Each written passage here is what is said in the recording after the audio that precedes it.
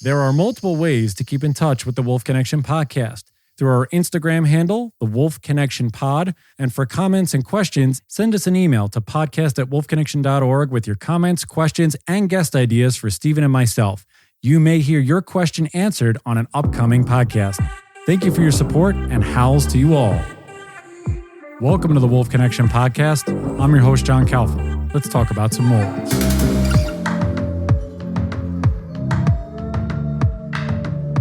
Riding solo here today. Stephen has some personal business taken care of, but always glad to welcome these two individuals back to the podcast to talk all things Wolves of the Rockies. They are the president and the vice president of that organization, Marc, Cooke, and Kim Bean.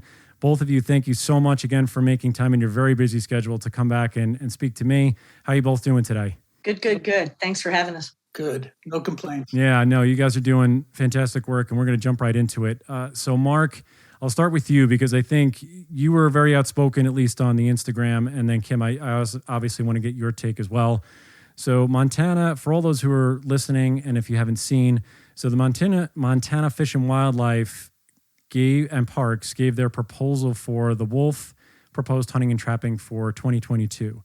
There have been some misconceptions, I think, that were put into that piece. Marc, if you want to go into it and really give everyone just what the proposal says and where there may be and where there are some discrepancies really on your end, because I believe Wolves of the Rockies was attached to it, or possibly your name as well. So just clarify that and what it all means for the wolves there in Montana. You know, I have to be honest with you. The department, when I say the department, I mean Montana Fish, Wildlife, and Parks, in the past has altered our comments.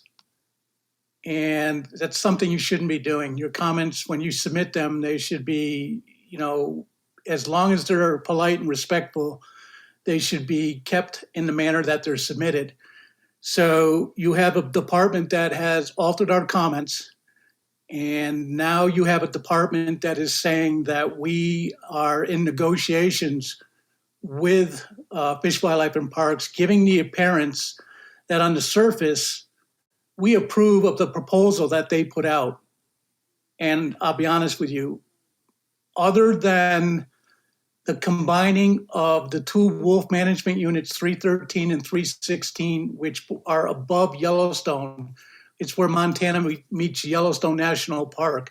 We don't approve of anything in the proposal. But I will say their proposal, it just shows how underhanded and the lack of science that they are using to manage wolves. This, like I said earlier, this isn't about managing wolves. This is about the lethal removal of wolves. That's all they want to do is kill them. So they're picking up where they left off last time. But I want to make sure that the wonderful people that follow you and others, if they listen in on this podcast, what we were doing at the time was we were reaching out to the regional offices for Fish, Wildlife, and Parks and just talking about the overall wolf situation, what's going on the ground in their regions to see if they know. And somehow that got tied into giving the appearance that we support the proposal. And like I said, nothing could be further from the truth. And to be frank with you, I think that was pretty underhanded.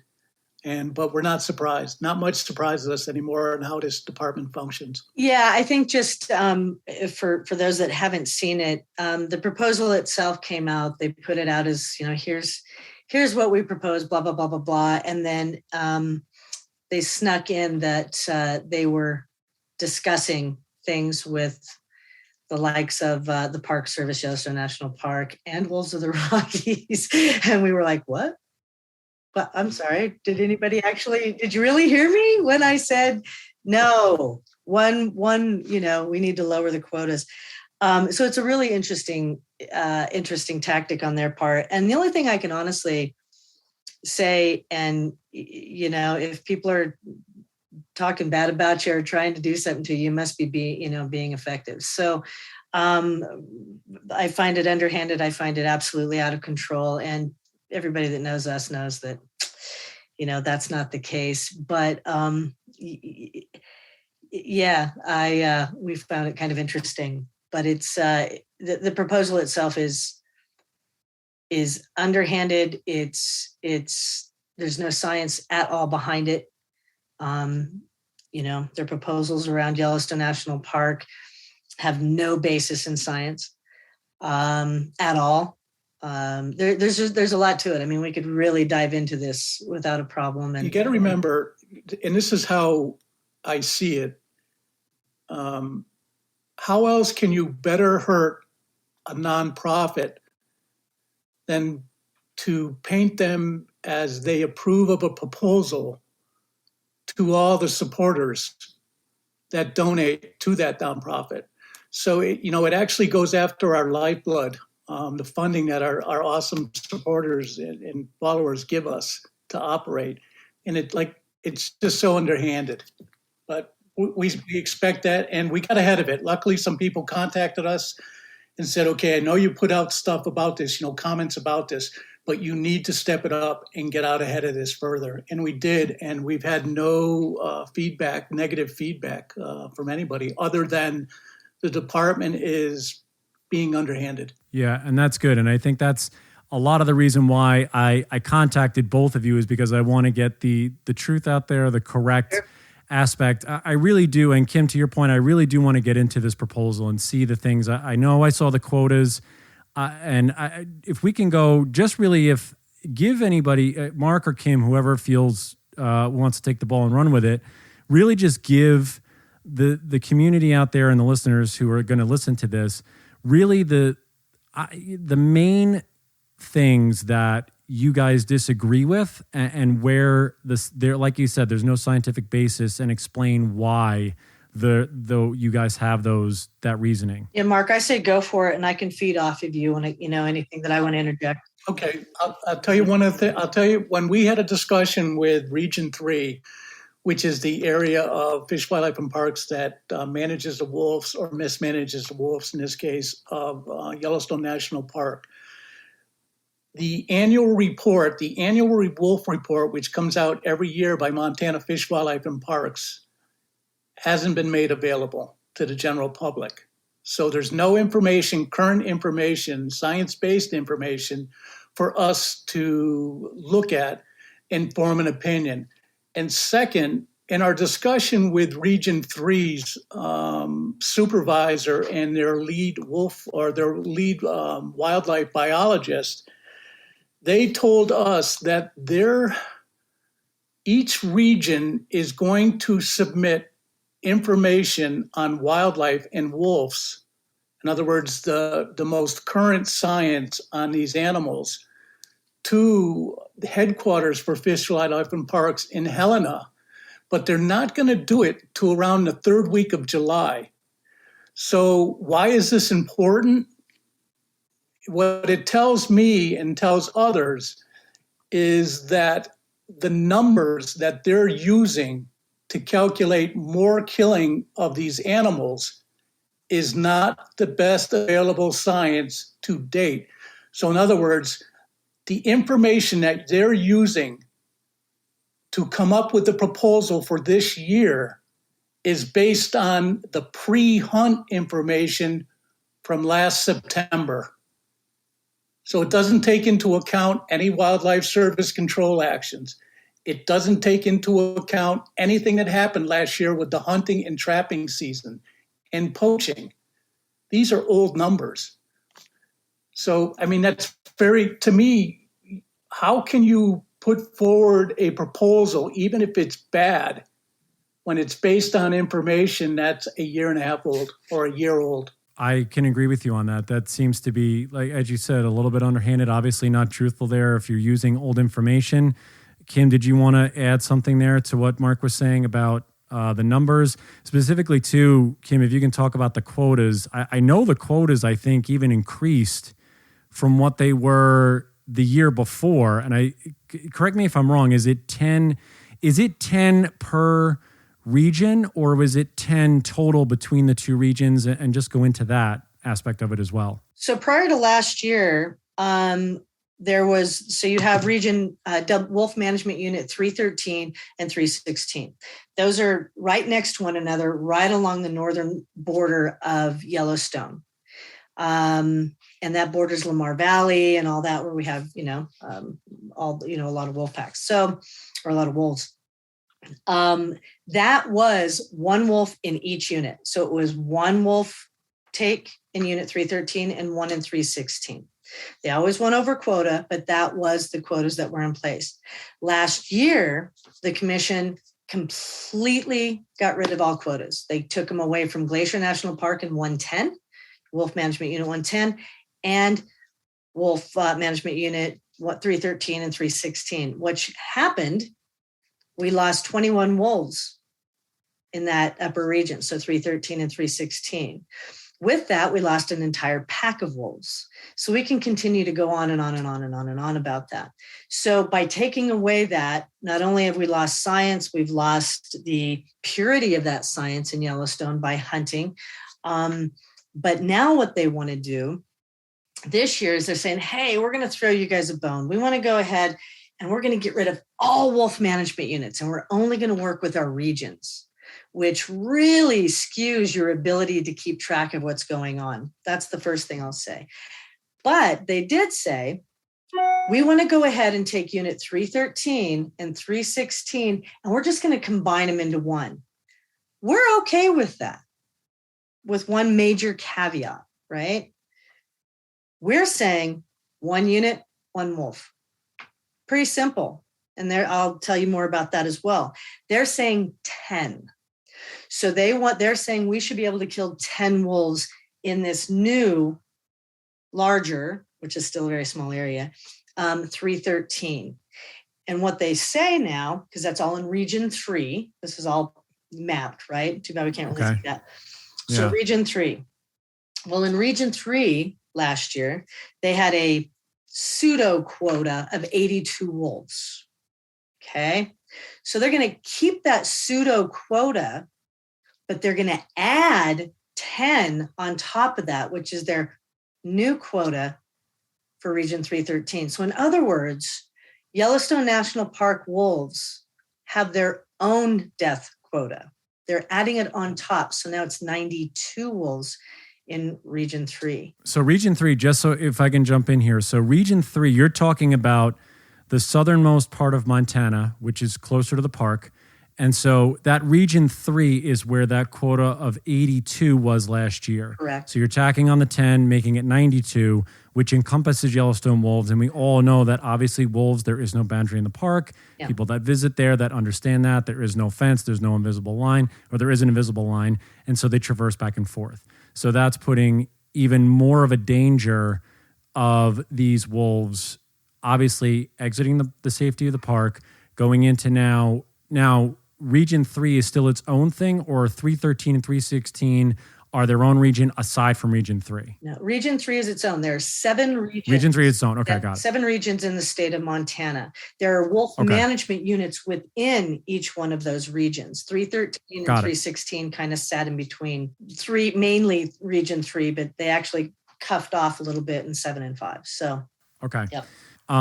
Marc, when we look at this in the verbiage and, as you say, taking comments or discussions out of context, obviously, is there a way that the public, so you said there's information, obviously, that isn't available to the public. What is, at this moment, readily available for the public in Montana and even around the country that people are able to see? Is this proposal out there for individuals to see? And if it is, what are the key pieces that people should really look at and really try to understand and hone in on? Okay, it's what they're not telling you is the important thing. One of the things, you have integrated patch occupancy modeling, IPOM, which is how they count wolves. It's an algorithm, and the information source or the survey pool where they gather the information comes only from the hunting community. So it can be a biased or tainted survey pool. But here's what's going on. We believe that IPOM is inaccurate. And to make things worse is WMU 313, the Wolf Management Unit 313, which is combined now. It was 316 and it was 313. Now it's 1 and it's 10 wolves. They want to go from a 12-hour closure, emergency closure. So in other words, when they hit that quota of 10 wolves, the Fish, Wildlife, and Parks will put out an alert that says, hey, Region 313 is closing in 12 hours. I would say 90% of the time that when they put out a notice that they're going to close that unit, they always go over objective. On average, 2 wolves. So what I'm saying is, yeah, on the surface, they want to give you, a quota of 10 wolves, which is, we don't accept it, and we're coming in at 2. Then you have 2 wolves or 3 wolves over quota. So really, where are we saving wolves' lives? But to tie this back to your question about what needs to be paid attention to, all I can say is there's a lot of talking points out there, not only with us, with Wolves of the Rockies, but there's a lot of other organizations out there that are fighting for wolves too, and they have a lot of talking points. And I don't want to sound negative about this, but if people follow our Facebook page, you'll be able to stay current. This would be the easiest way for them. Jump on our Facebook page, send us an email, join our MailChimp action alerts, and I can assure you, you are going to get the most up-to-date information on what's happening with wolves in Montana and Yellowstone. But more importantly, we're going to give you the inside track on what our thinking is and how we can counter it. So I like I said, there's a lot of good groups out there doing good things. We're just one of them. But if you wanted to stay current, because all this information is available through our web page, our Facebook page, and our MailChimp page, or email Kim or I at Kim at Wolves of the Rockies or Marc at wolvesoftherockies.org. And we will personally, it takes us a little bit of time because we get loaded with emails, but as soon as we can, we'll send you information on where you have to go to, look at the proposals, what they're trying to do. And if you have a question about something, we can tell you the angle that they're taking and why they're moving in that direction. And I'm going to be honest with you, John. I was thinking about this because we're putting our comments together for the proposal we're going to submit Monday to the department. And in the 10 or 15 years that we've been doing this, the department has never once came out with a favorable proposal to help wolves. It's always been about killing wolves. Yeah, because I remember you telling us that when we spoke last, both of you, that it really is, it's an uphill battle for sure. And obviously, those of you that are listening, again, will have all of their Wolves of the Rockies contact information. So you guys who are out there and listening and want to contribute and want to get these answers, so you guys can contact Kim and Marc, and they are incredible resources. I want to ask this though too: I believe there's a public comment period that's open now, correct? Or is it? Oh, right. So you can. So tell whoever wants to take this. How can people publicly comment? Where can they go? And what again, a lot of these. I feel like us as individuals, we say the same type of thing. Somebody gives us a sort of a pre-typed out, send this out, don't kill the wolves and XYZ. What are coming from the two of you, what are the things that people should say, make it personalized? What's going to really hit home for these people when they see these comments? Yeah, I think, first of all, you've got until July 21st at 5 p.m. Mountain Standard Time. Okay. To get your comments in. And there is a comment, section within FWP, but I ask people, please get in touch with us because FWP's upper management has stated plain and simple, they'll go through the comments and filter out what they think the commissioners need to see. Those were their words, not mine. So I'm not saying anything that they're not claiming. And to me, that seems a little tainted because I want to pick and choose, right? So we do have our points, but the comment period is open until 5 p.m. on the 21st. I think that personalizing everything, when you can make it your truth is really important. And I tell people this all the time. We have facts. They've got the facts. But they're important to reiterate. But how do those facts pertain to you? If you're a visitor, if you're somebody who frequents, Yellowstone National Park or Montana, I mean, let's face it, it's an incredible place to be when recreationally speaking, it's amazing. And so if I've got people that go to Yellowstone every year, and on average, they spend anywhere from $8,000 to $10,000 on these vacations, between travel, lodging, gas, food, gifts, taking tours, doing what have you. They spend a lot of money, and it's all within this state. That's, when you look, and they're here to see wolves. Wolves alone bring in $82 million a year to the greater Yellowstone ecosystem. 82 million. You would think that in and of itself would be enough to go, let's think about this. It's not. So personalizing it is really important. Why is this? Why is the park important to you? Why are wolves important to you? It's so important to make that and put the facts within it. So of course, yeah. And I want to touch on that on the tourism basis too, because again, the country is still really in this middling. We're coming out of COVID. Everything is a little bit more open. I think people are traveling a little bit more. Obviously, there are many other situations happening right now between inflation and prices and things like that a lot of us can't control at this moment. But I think that's a point that you make, Kim, and I know, Marc, you agree with this, is the state in and of itself relying more on tourism now and people going to this beautiful state. I've been there once. I want to come back again. And when we spoke to a couple individuals from Wild Livelihoods, and these are the businesses, the tour guiding, the camping, the outfitting, these individuals, these businesses rely on those tourist dollars. They rely on people coming into the state. They rely on being able to see the wildlife and not just seeing certain wildlife. They want to see the apex predators. They want to see the bears. They want to see the wolves. They want to see the lions if possible. I mean, that's a far reach in my eyes. But has there been any has anyone looked into this when they're doing these proposals? It seems that it sort of gets washed away. Does the legislative body just think it's going to dissipate and no one will really care? Do they not see the fluctuation in dollars? Why does that not land with them as much? I find one thing really interesting as you're talking about this. We just had this major flood that just happened, right?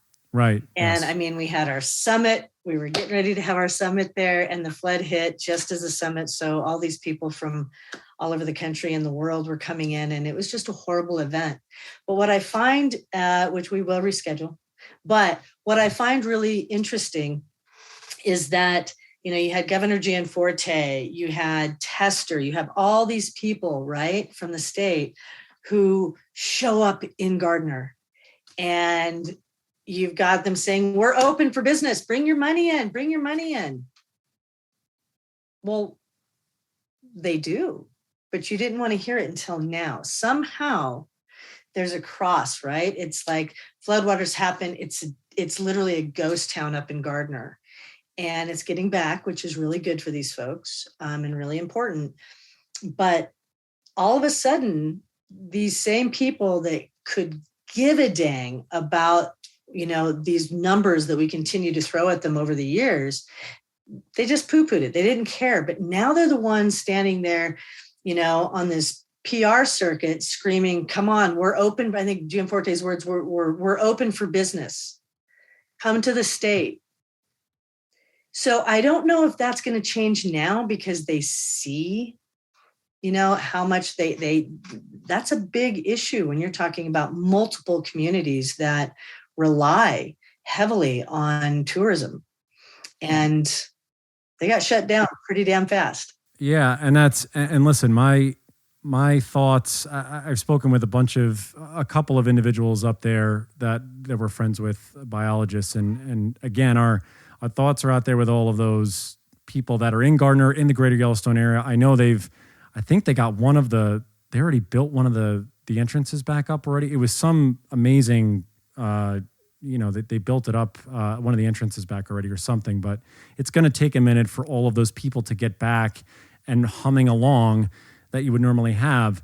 Marc, I want to talk to you about this political system. Why, if there's such an issue with the governorship, why at the governor level, it seems, why not the senator of Montana? Why don't the higher legislative bodies come in and see this or get involved? Are they leaving this up to more of the lower level legislative bodies to take care of this type of management? Are they not looking at the numbers? Do those numbers not reach them? Do you not have that information? I'm just wondering why it's only down to GM Forte and maybe not the highlight or not getting up to Tester, and why that is. We had two meetings about 2 weeks ago. We had one with Governor Gene Forte's office, and we talked to a gentleman named Mike Freeman.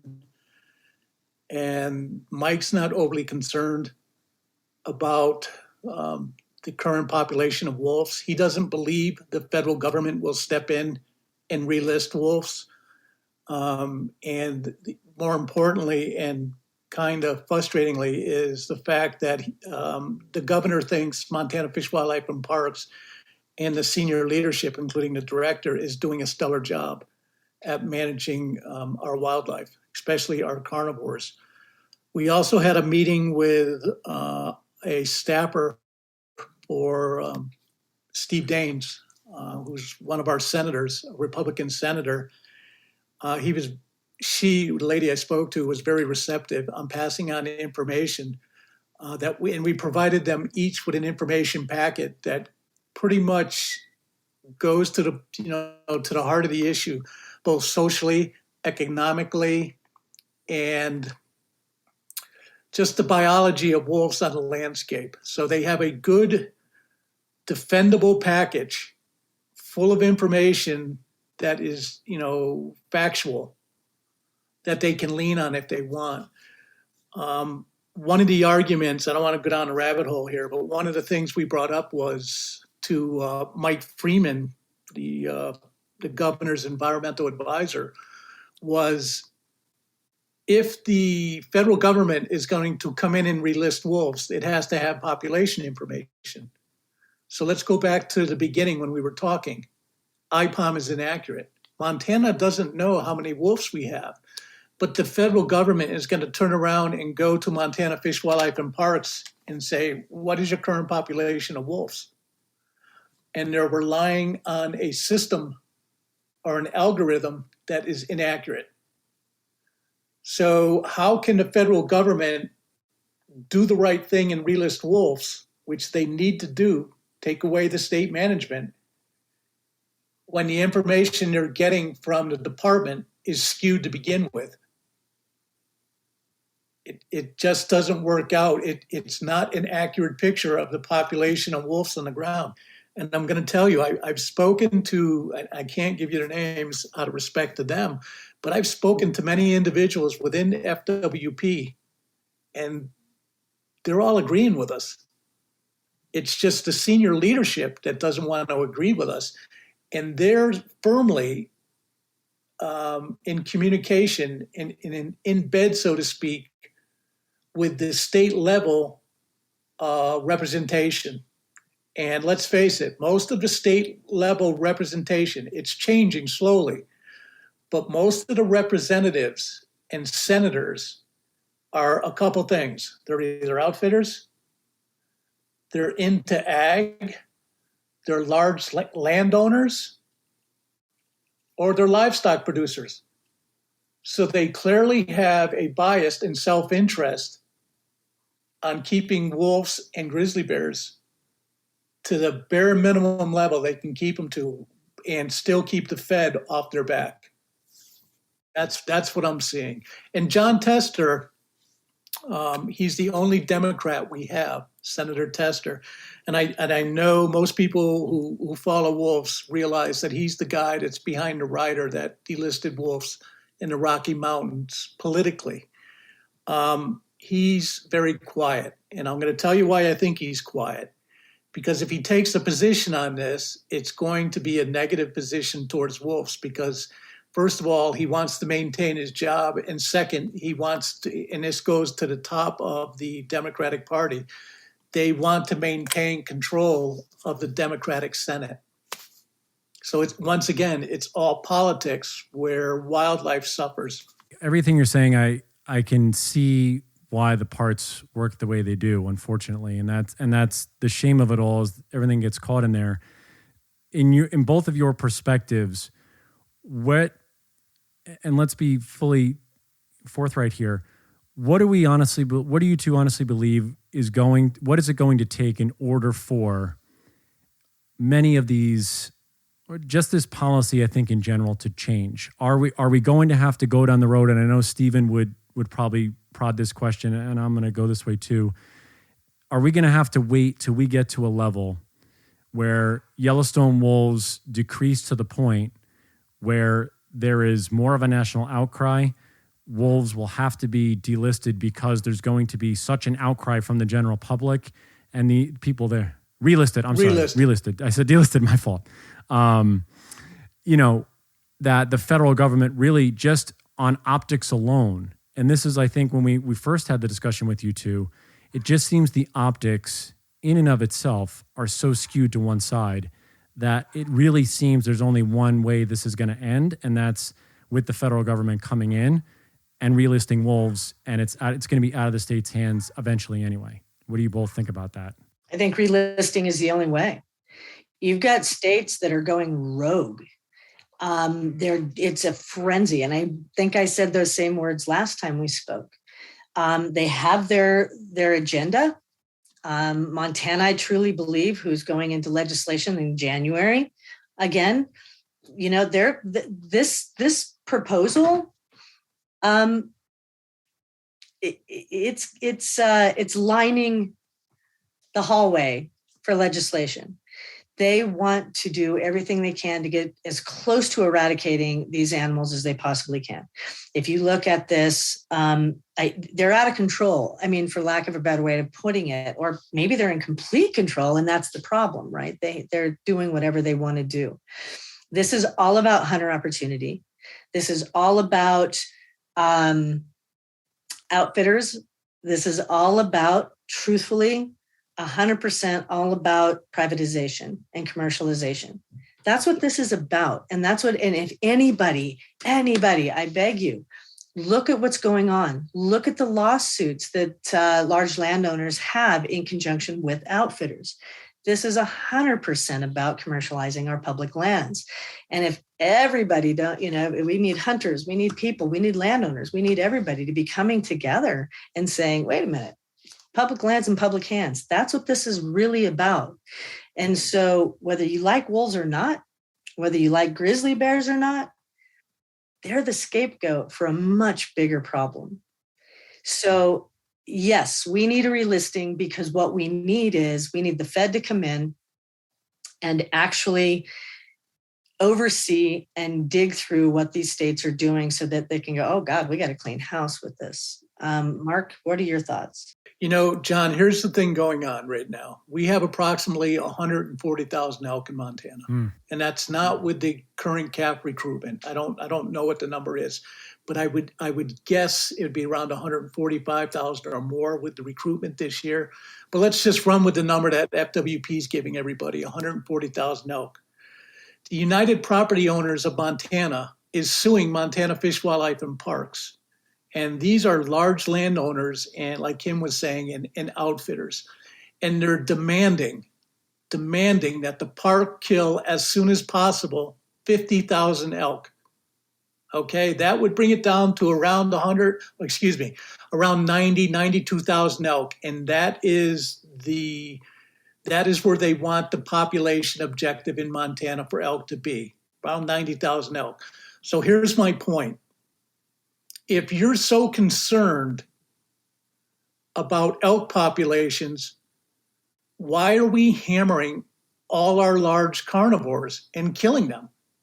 They can only assist in lowering that number. That clearly states to me that this isn't about wanting wolves on the landscape. This is about killing them and getting them out of the picture so we can commercialize our wildlife for the outfitters and the large landowners. That's what this is about. And then eventually, like Kim said, and people had better wake up on this, because you can lose your public lands. This could happen.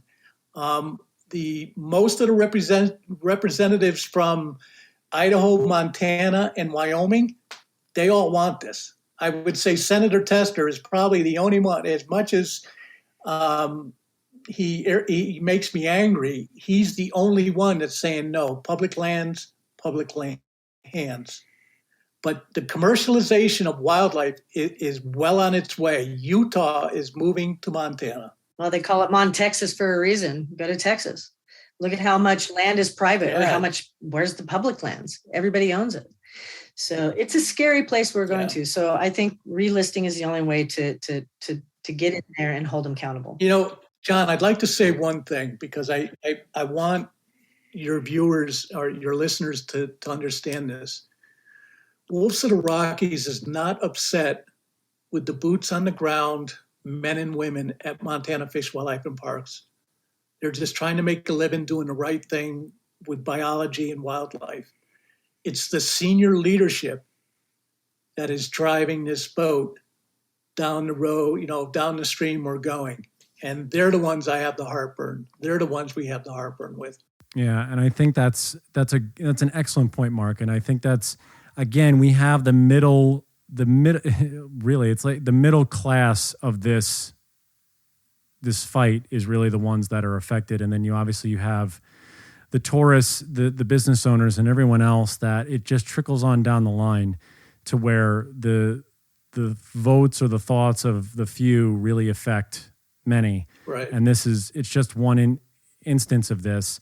And I think, and again, everyone who's listening, we will have the information to look at the proposal and, obviously to contact and look at Wolves of the Rockies. Probably better off to look for them, but I'll try and have that in the description as well. Okay. I do want to move, if I can, and there's so much here, but I was talking to Kim and Mark right before we started. And again, if you guys follow them on social, follow them at Wolves of the Rockies on Instagram, because they're constantly putting out information and things that everyone needs to know. Idaho, you mentioned it before. We talked about it right before we started here. Idaho's another one that seems to be having this situation where public money going into wildlife management is really going to, or possibly going to, bounties for wolves, going to commissions, going to different organizations that's using public money that's going in to save public lands to really start to eradicate predators, mostly wolves. I don't know who wants to take the ball with this and sort of clarify what I said. I probably kind of mumbled it up, but just let everybody know Idaho's situation. And what I mean by that is that there's public money going to different organizations that's really going to kill wolves, is what it seems is happening. I can touch on that a little bit. I'll get the ball rolling. Okay, so you have Foundation for Wildlife Management. They're the ones that, it's a nonprofit out of Idaho, and they're the extreme group that is paying the bounties on the wolves that are killed. To the tune of, I think our Idaho is into giving them around $1 million a year to pay to have wolves killed. For the most part that I know of, Foundation for Wildlife Management has gone underground. And what I mean by that is they're not releasing a lot of information, and they're certainly not releasing information pertaining to the bounty program and how much and who they're paying this money out to. So I know some of their board is making money off of this. I think one of the tragedies of this, this step back in time of wildlife management is they missed an opportunity. Idaho has one of the worst educational systems in the United States, but their hate for wolves is so great that they would rather take that $1 million that the state has, and why apply it towards education and give your kids a better future and a better opportunity, a hand up. They'd rather kill wolves and pay to have wolves killed. It's a huge opportunity missed. So Marc, when you're talking about, so just to clarify for everyone, when you're talking about public money, where is that money coming from? And that is money that can be used by the state for anything, correct? Is that what I'm getting? Right, yeah, it comes out of the general fund. General fund, okay. Yeah, it's general fund money that is allotted to, Idaho Fish and Game and their wolf program, and it eventually makes its way to the Foundation for Wildlife Management. But here's the thing, John, mark my words on this. We'll meet in 7-8 months, and we'll do another podcast during the session of Montana Fish, Wildlife, and Parks. Don't think for 1 minute that Montana fish or Montana legislation isn't going to find general fund money to implement a similar program in Montana for wolf management. That's coming. It's going to go from the private sector funding to the public sector funding. And that's wrong because the silent majority of Montanans don't mind having grizzly bears on the landscape, don't mind having wolves on the landscape. So what is the, again, like we were talking with Montana, what is the avenue for, like you say, the silent majority, people who love really people who love these states? Because there are, I cannot speak for Idahoans, I think, or Montanans, but where can they have their voices heard, and where can they, I'm sure that they can't find the money trail or whatever it is, but where can they voice their opinions about where their money is going and why is it going towards this? And whether they believe, whether this is a wolf issue or not, if they're saying, I'm putting my money into the state of Idaho to make the state of Idaho better, I want to see my money go to something else. Or am I falling down a rabbit hole here and talking more about politics as opposed to, help me out there if you can. My personal opinion is people, way to go, John. Thanks. That's a hell of a question, because I think the problem is that we become very complacent. Things happen, and it happens so quickly. And right. You're too busy watching this hand over here while they're dealing over here with the left, right? So I think that people need to be more involved. They need to understand. They need to be more involved with their politicians, and actually need to voice their opinion. I have a lot of folks that I talk to every day, every morning, and I'm like, you may be in Ohio, but you're pissed about what's going on out here in the West because, this is the last best place, right? Talk to your legislators, talk to your senators, let them know what's going on. And what they're finding is that the more they communicate with their senators and their legislators, their House representatives, their governors, is that these people are like, whoa, these people are coming out of the woodwork. You have to be involved. You have to make those phone calls. You have to make those trips to these offices and say, I put you into office. What are your thoughts here? What are you going to do? How are you going to vote? And really, they need to be involved. And it's just a phone call. It's a phone call. It doesn't have to be, okay, it can be species specific if you want. But I'm telling you, one of the things that everybody should be concerned about is, of course, wolves and grizzly bears. But what we really need to do is keep our eye on the prize with the Endangered Species Act. Yeah. They're going to gut that and make it a paper tiger. And then we're going to lose any type of, mechanisms that we have to protect these animals. And that's a big one. And that's really easy to do. Just call your federal reps, and everybody knows who they are, and say, hey, listen, I don't agree with this. Right. Very simple. Keep the Endangered Species Act strong. It's one of the few things in Washington that works properly. Yeah, I agree with you. And I want to make sure that, please, either of you, if you want to jump in, is there anything else that the public, anybody who's listening to this, needs to know? Because we dove into Montana. Is there anything else about Idaho right now that people need to know? When are they? I don't know if you guys know when they are meeting. Is there a proposal out for them for the hunting? I think Idaho is just, you can kill as many as possible. I'm not sure about that. So please correct me if I'm wrong. Is there any public comment section for people to go there? Or is that, again, just talk to your legislator, make your comments known, that type of thing for Idaho? I think with Idaho's a really kind of secret kind of hideaway thing with them. You have to really dig to get information from them. I think contacting Governor Little, I think contacting, people are just not that engagement. They're outraged, but you're right. Where do they go? You need to contact the governor. You need to be saying we are the silent majority, because this is a very small amount of people, very few people in all these states that are controlling what's happening to our wildlife and our wildlands. And so, yes, contact your senators, contact your state legislators, let them know, and don't do it once. I pound this into people's heads daily. This is repetition. You have to, get to the point where they're like, oh God, it's Kim again. Yep. Let them know, because they've got to keep it in their head. They're going to try to push you off a little bit and do the typical mumbo jumbo political stuff. You've got to keep on them. You've got to create those relationships. And the more people that do that, it's scary, because you start learning about what's really happening while they're flashing the right hand over here, the dealings they're doing over here with their left. And we need to be more involved with our government, our local governments, for sure. John, most of the land in the Rocky Mountain states, like Montana's, a third of the land belongs to you and I, everybody in America. Wyoming is similar, and so is Montana or Idaho. So my point is this: all Americans deserve to have input, regardless of what the state governments say.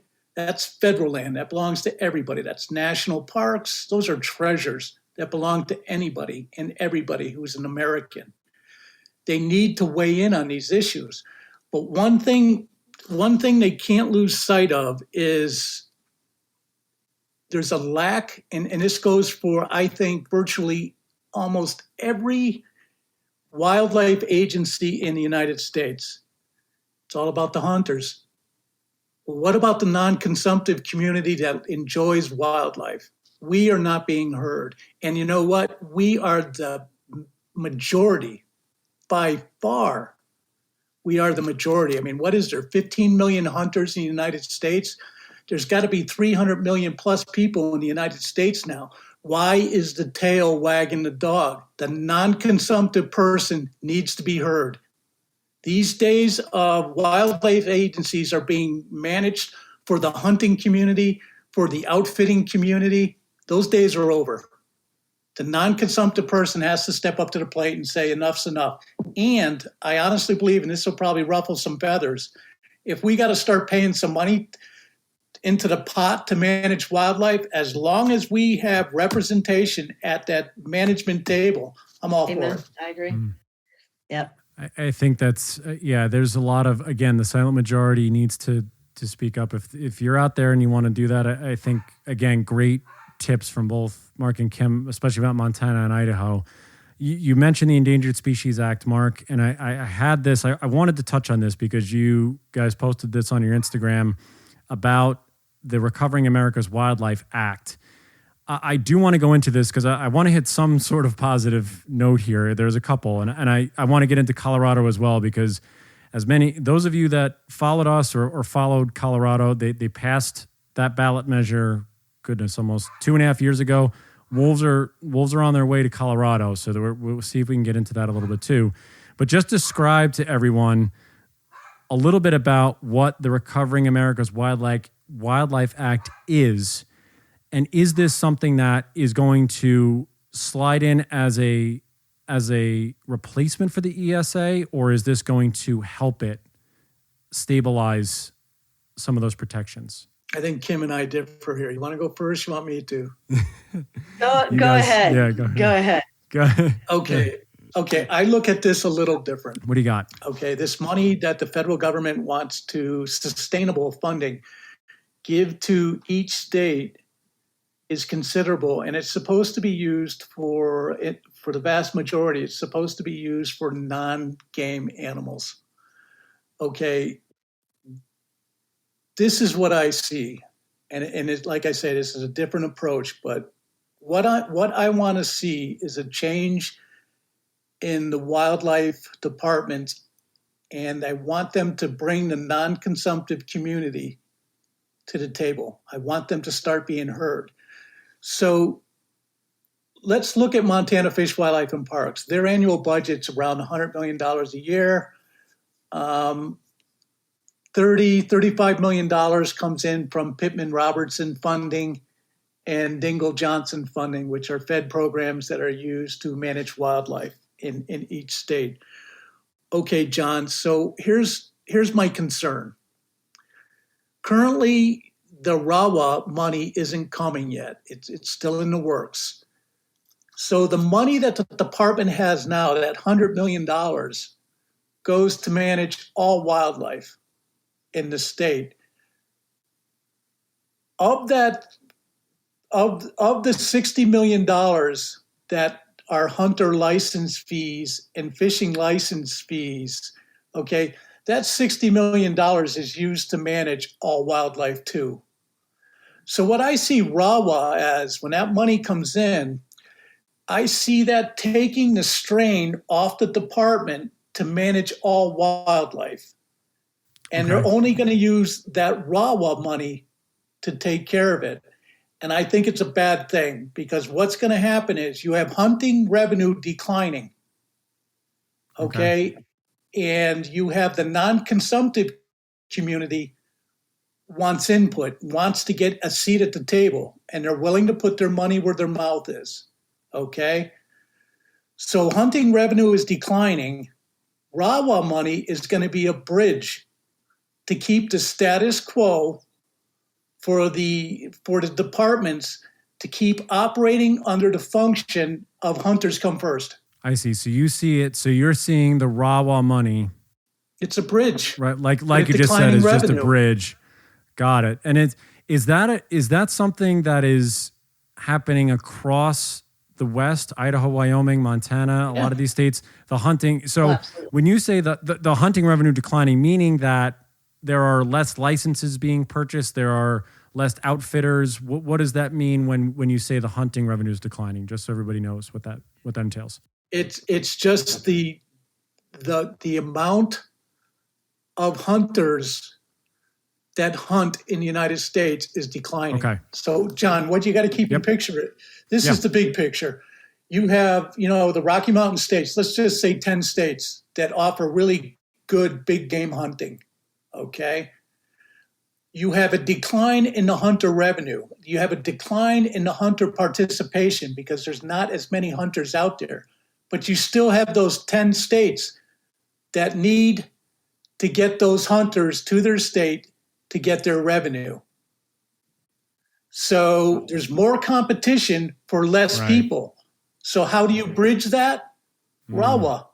So is the government thinking that, or whoever is proposing RAWA, that this is going to, I would imagine they're proposing this to help, because this is going to help manage, like you say, big game mostly. We're talking predators, wolves, bears, lions, things like that, right? So that's what they're hoping that this does. However, you're thinking that this is going to have the adverse effect. And basically, just like you said, it's just a bridge. It's going to keep status quo longer. And it's going to make it harder for the non-consumptive community to get a seat at the table. What are you saying, Kim?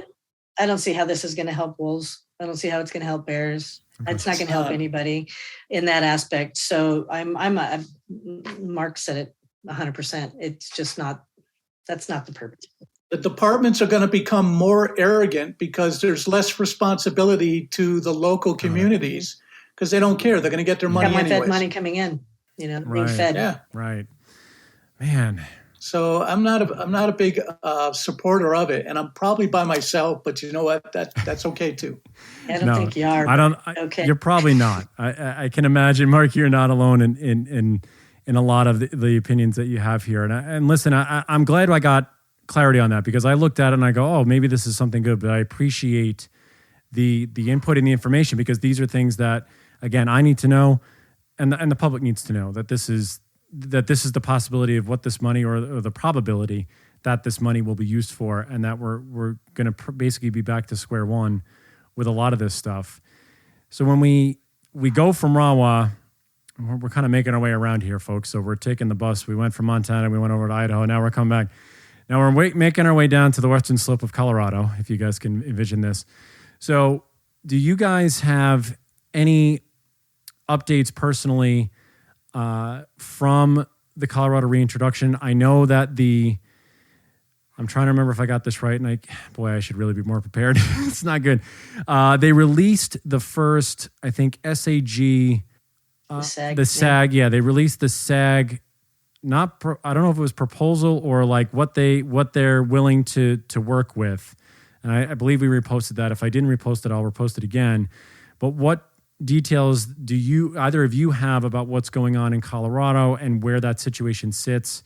I've heard, I think rumors are that pause won't be on the ground until 24, but I don't know if that's accurate or not. I think the plan has to be in place by 23, but I could be wrong. So if you guys have other information, please let me know. So from my understanding, the plan has to be in place by December of 2023, which would pretty much say 2023, 2024, you would see pause on the ground. Got it. My concern, obviously, with what's going on is SAG is put in place, and I got to commend, Governor Polis for trying to put as many people together as he can to try to make up the right route. I think the problem we see is that you've got SAG that is trying to implement and say this is what we see needs to happen, but then you've got CPW that's like, so there's still that contentious. I don't see a whole lot of coming together again with the non-consumptive and the consumptive. I think that everybody wants Colorado. Well, not everybody. I think wolf advocates would love to see Colorado be the one state that starts out correctly by saying, let's try to find a way to coexist and to live with wolves, knowing the science, knowing the economic value and the scientific value and how that works. I think that's kind of where they're at. But the talks are interesting, and the more conversations I have with a couple of SAG members and the biologists that are on these committees, it's kind of funny how I see the same rhetoric coming from the same people within these other states like Montana and so on and so forth that are part of these committees that still continue to, regurgitate false information and continue to push the same agenda. Which is, well, we got to kill them. We got to kill them. We got to kill them. But there's no science behind it. So I think there's just that constant. There's still that contentious. That contentious energy kind of behind it. Conversations going on. Yeah. So it's going to happen. We've got to get people involved and on the same wavelength. I think that's a problem. Where I come into Colorado is I am different. Dealing with Montana for as long as I have a different view than some of these folks. And I think that can bother some people and ruffle some feathers. But you have to walk in here with a recognition that we have to work with landowners. You have to be able to sit down and listen to landowners. Marc said something, he comes up with doozies sometimes, and I just love him for it because it's like he's right. But if we don't sit down with ranchers, and we don't have ranchers, we have condominiums, right? So these people keep these lands open. So we have to work with them. And some folks are like, I don't care. And I'm like, well, you better start caring, because this is really important. We have to sit at the table. If we want a seat at the table, we have to be able to sit down and communicate with everybody and find common ground with one another. And that seems to be a problem. We cannot have the us versus them. That is their mentality. So if we can open that door and say, nope, let's be all inclusive and sit down and have a conversation, I think that's where we need to be.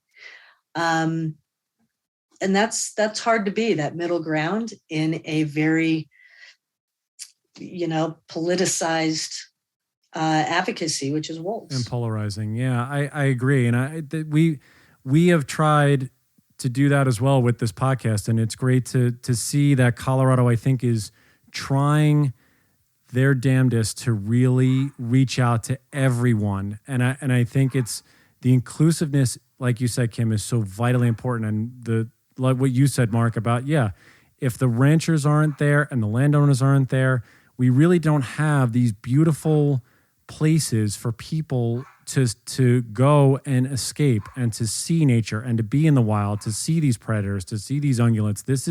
These are places that are rapidly diminishing all around the globe, and we have this stuff in our backyard, and that is so vitally important that we get to the table and we talk about the stuff that it's what actually matters. And I'm hopeful, again, with people like you and those that are working in Colorado, that this will, hopefully we can get through the muddy water and just say, this is what we need. This is what we got to do. And it'll make it work. I think the thing that drives me with Colorado is that the wolves are already there. They've already started. There's a pack in that northern part. So I ask you this, I probably asked you guys this last time, but I'll ask it again. Do we believe, even though that this was passed by the public in Colorado, that there is still this underlying feeling of this is a little bit of government taking control of our state, they're putting the management plan in place? Or do you guys feel has it shifted a little bit? Are people starting to understand that this is the state that's actually coming up with these plans and that they have an involvement in it, and it's not like it was with Yellowstone and with Idaho? John, when this all started a couple years ago, the Mike Phillips starting a push to reestablish wolves in Yellowstone, Kim and I had a long discussion on whether we wanted to support it or not. Mike was nice enough to reach out to us and ask us if we wanted to get involved. And we did support it. We eventually came to the conclusion it's a good thing. But one of the things Kim and I talked about, and we tried to encourage to the point where we would put funding forward to help with, was let's avoid the mistakes, that we made in Montana, Idaho, and Wyoming. And that was not knocking on the doors. And when I say knocking on the doors, I mean physically walking down a road, going to a rancher's door and knocking on the door and saying, hey, this is who I am. This is what we want. This is what's coming. And we want to talk to you about it. Okay. We want to put ourselves in your shoes. And it was all pushed aside. But I think the foundation for the program, the reestablishing wolves in Colorado, would have benefited greatly if they had done the legwork up front to start building fences and mending fences with these livestock producers. Because listen, it's got to be scary to be a livestock producer who has been producing livestock in his family for 3 or 4 generations, and you're hoping that your kids are going to take over after you go. And all of a sudden, here's a predator coming in that could cause some trouble. Now, I'm totally for large carnivores, don't get me wrong. But I think one of the qualities we need to share is put yourself in their shoes. I would bet there's so much common middle ground that we could have capitalized on and worked together with, that we would have less heartburn that we're having than we are now. Yeah, I agree with you. I mean, we've interviewed a range rider up in Washington State where his name's Daniel Curry, and he has done fantastic work where he has an experience where you can come to his range riding place. He'll feed you. You can sleep there, sleep tent outside, the whole deal. But he brings one of the local ranchers there, and you can have a discussion with them. Like, you sit down, you break bread, you talk about, Right. What is it like? Well, yeah, right. What is it like to be a rancher and watch it? First of all, what's it like to be a rancher? First of all, what it was entailed? Yeah. How do you feel about wolves? And like you said, Marc, the majority of the time, people have that common ground, and they are able to really see the human side. And I think that's where and we've spoke about this before, all three of us, Stephen as well, is that we go into our corners, we come out swinging, and we really need to just settle, look each other in the eye and say, hey, where is our humanity, and what are we really looking to do? We're looking to reestablish something that, for all intents and purposes, if you look at it on its face and say, man, who wouldn't want to, in their bones, see this predator back on the landscape where it was way before we came here? And I am not saying that I've said this multiple times on the podcast. I'm sure people are sick of hearing me saying it, but I don't know what it's like to live in a rancher's shoes. But I know they are vitally important to this land that we have, to their prosperity as a business, and to be part of this discussion. Because if they are there, they are on the side, and they can come to some middle ground, and we give them the tools to be able to deal with this and still be profitable, that is what we ultimately want. You want to have people on both sides come together. That is the only way this works, and that is the only way we don't continue down this road of polarization. And that's my rant for the day. I mean, John, think about it. If this goes sideways, okay, if the ranching community goes left, and the wildlife community or the wolf community goes right, who suffers? Yeah, the wolves suffer. It's the wolves. The wolves, always. And the bears and everything else. And everything else. And I think, and again, this is, I'll wrap this up, I think, with you guys, just because I still wonder, and I know Stephen would probably have this in the back of his brain too, is where is sort of the sense and sensibility for those that are in power legislatively to not see the impact that these wonderful creatures have on their economies? And I still wonder, like you said, Kim, you said it before, the flood happened and they are all about, it's a natural disaster. It was tragic. It was scary to see. I mean, that is some epic stuff that happened there. But when that stuff happens, people are on board. We want to help the human cause. So I just wonder where the disconnect is. Do you guys think the disconnect will it ever be connected where they see, hey, we're pulling in this X amount of money because people are coming here and they're like, just look at people's Instagram pages, look at people's social media. When they say, I was on this tour with this awesome tour guide, I got to see my first bear, I saw a wolf pack, I saw elk. I mean, what do you guys think the disconnect still lies? Where is it and why is it still there? Kim, I'll go with you first and then I'll... I think... so I got to clean that one up because my brain just is automatically, that's what we strive for on a daily basis, right? Is to try to find how we can connect with one another. It's not easy, right? It's not easy to go to a senator's office and sit down and look at them knowing damn good and well that they're probably going to vote this direction regardless of what you put in front of them. And I think it's so cliche, but it starts with conversations and everybody has to have one.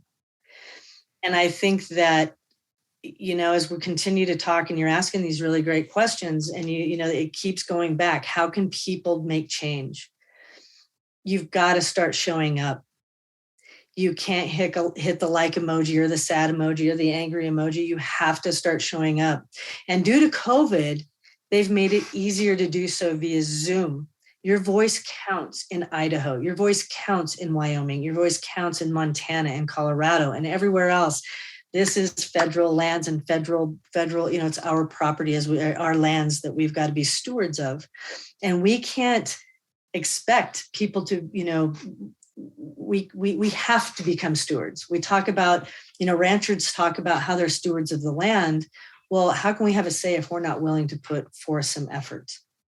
So to me, it starts with conversations. And yes, I do believe, and I hope to God it's in my lifetime, that we can find this connection and get some, Star Trekian kind of feel into life where all life is valuable and valued. And it starts there. And I think the more people that come forth, the better it is. And we've seen this happen in the last couple of years. We've seen people start to kind of wake up and speak up and want to do more. And that's what we can hope for. That's all we can continue to hope for, is that more and more people come up and speak out. Yeah. How about you, Marc? What do you think? I think you hit the nail on the head. One of the things I like to do is when I meet with somebody, like when I met with Senator Dane's staffer, it was over lunch. Very laid back. Let's talk. Let's get to know each other. I'm not looking for anything from you. I know you don't, you just want to hear what I have to say. You have to start building that relation somewhere. And I just think over food, I know it sounds kind of crazy, but when you sit down to eat, you relax, you talk, you communicate, you become human, you drop your defenses. I'm not looking to take advantage of you. You're not looking to take advantage of me. We're here to get a bite to eat and talk. And I think that's where it all starts. Yeah. There's good ranchers out there, Oh, John. yeah, 100%. There's sometimes I get frustrated and I want to say something, but then I think about the rich Stukers out there that, and I think about the ranchers in Paradise Valley that are doing the good things. It's changing, but you know what? Don't jump to conclusions. Don't have our side jump to conclusions and think that they're all, bad people. They're not. There's a lot of fear there. And I understand that fear. So I think it's good for us to sit down, break bread, talk, and try to put each other, try to walk in their shoes a little bit. I agree on all points. I mean, you guys, again, everybody, I'm going to have all of the links for Wolves of the Rockies. I'm going to have Marc and Kim's email. You guys reach out to them. They are, as you've heard twice now, incredible stewards of this planet, helping this specific species, but all predators, bears, lions. And again, both former military, United States Air Force. Again, I'll say it from military with my brother and my father. I can't thank you both enough for your service for our country, and now just continuing the fight in a different arena. So Marc, Cooke, Kim Bean, thanks for absolutely. having us, John. It's a pleasure. You guys are welcome back anytime with me and Steven. So all right. Listen, what's up? Let's plan something during legislation. Absolutely. Yes. So we're gonna plan that. And yeah, let's when's legislation again, Marc? Tell me one more time so I can have it. It'll be January. It'll kick off January 1st or the 2nd and probably go to the end of April. You got it. All right, so all you, that's a preview. I know that's a little ways from now, but we'll keep updates. So we're going to plan something for that. We're going to keep you guys updated on the proposals. Again, get out there, make your voice heard, be it via comment, Zoom, whatever it is. Marc, Cooke, Kim Bean, thank you guys so much. How's to all of you out there, and Steven, I'll be with you next time. Bye, everybody. Looking to support Wolf Connection or sponsor one of the wolves in our pack? Just go to wolfconnection.org, click on the donate tab, and find out more information.